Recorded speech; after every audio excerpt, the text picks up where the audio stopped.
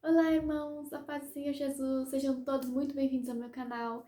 Irmãos, há umas noites atrás eu tive um sonho que eu achei bem curioso, bem interessante e eu queria compartilhar aqui com vocês. Hoje eu não vou colocar vinheta, essas coisas, vou ser mais prática, né? Pra já estar postando logo um vídeo. Então, irmãos, só que antes de contar o sonho, eu vou contar um pouco do contexto pra vocês. Na noite anterior em que eu tive esse sonho, eu tava lendo a Bíblia, conversando com Deus e tal, e eu bati o olho numa passagem que fala, né, que Deus cria o mal, cria o bem e o mal, né?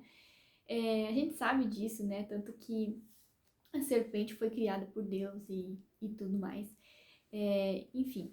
Mas às vezes a gente fica se questionando, né, o que significa isso em termos práticos e tudo bem, e tudo mais. É claro que, irmãos, para mim isso não faz muita diferença, porque eu conheço Deus. Eu sei que tudo que Deus cria, tudo que Deus faz tem um propósito de bem. A Bíblia fala que Deus é bom e a todo tempo ele é bom. Então, a gente não consegue discernir os caminhos do Senhor, né? Os caminhos dele às vezes a gente não entende. Então, nós somos pequenos para entender os porquês e que Deus faz, tudo que Deus faz. A gente só tem que confiar nele, né? Mas, ainda assim, às vezes Deus tira algumas dúvidas da gente e responde algumas questões, né? Porque ele é pai, porque ele é bom, porque ele nos ama. Então, eu tive esse sonho há umas noites atrás. E o sonho foi assim. Eu sonhei que eu tava num lugar que eu não sei descrever exatamente o que estava acontecendo ali, mas eu andava pelas ruas, uma coisa assim, e tudo estava destruído, devastado. Era como se fosse um cenário pós-apocalíptico, mas não que fosse exatamente isso, mas era mais ou menos essa sensação, né, de que tudo estava desabando.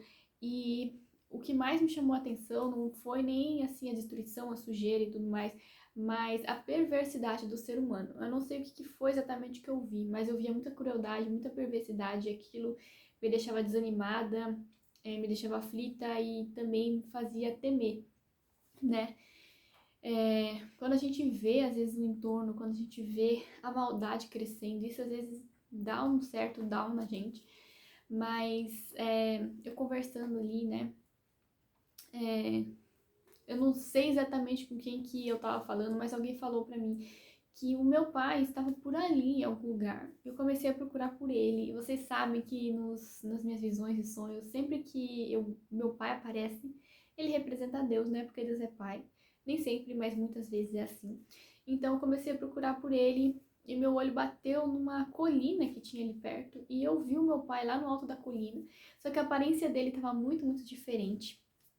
Ele era muito, muito alto, tinha, sei lá, uns 3, 4 metros de altura ou mais. Ele era um gigante, ele era muito, muito alto.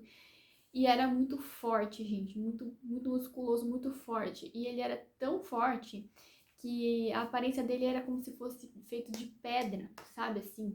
Não no sentido de ser estagnado, mas no sentido de força, sabe? Era como se fosse uma rocha.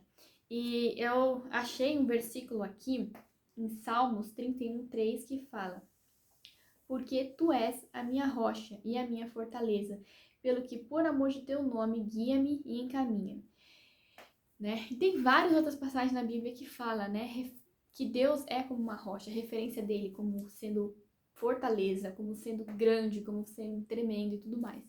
Então, eu vi isso num sentido literal, né, num sentido ali ilustrativo, né?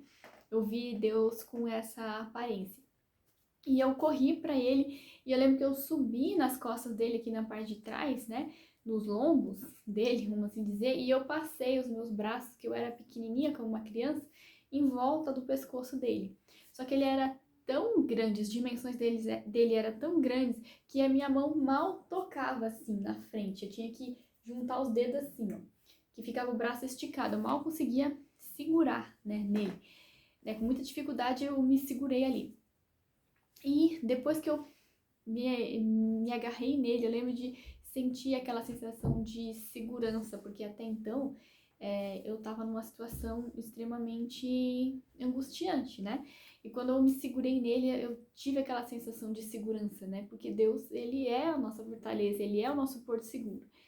Então, logo em seguida, eu lembro que ele começou a caminhar pela terra, só que assim, Ele não andava a passos normais de pessoas normais, era como se cada passo dele fosse metade do planeta, como se ele estivesse olhando a Terra, assim, sabe? Como se visse as coisas do alto.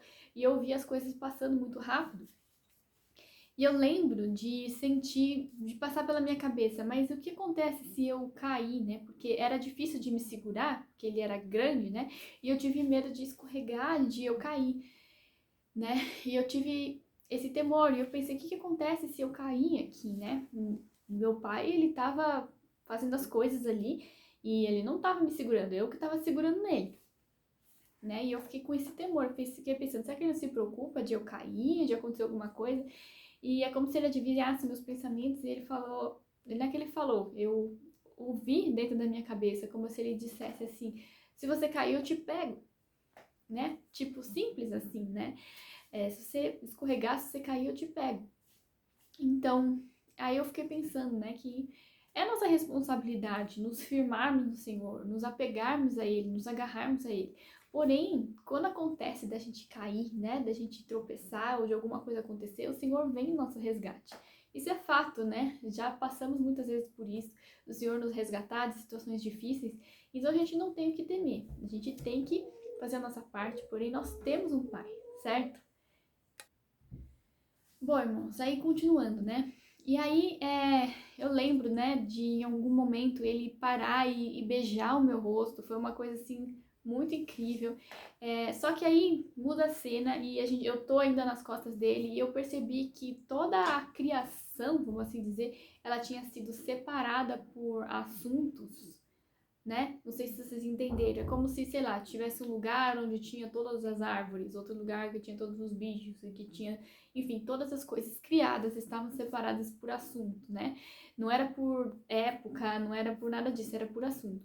Então, entramos num lugar onde tinha muitas estantes e milhões de livros. E eram livros que já foram escritos em todas as eras da humanidade, por todos os autores, por todos os escritores que já existiram. E eu lembro de meu pai dizer assim: tudo foi criado por mim, né? E eu lembro que eu fiquei pensando na minha cabeça, eu não falei, né? Mas eu fiquei pensando, tá, mas ok, mas nem todos os livros que estão aí nessas prateleiras são bons, né? Tem coisas perversas aí no meio, tem coisas ocultas, coisas ruins, escritas por pessoas cruéis, né? Imagina, irmãos, todos os livros que já existiram, tem de tudo ali, né? E nem todo o conteúdo é bom.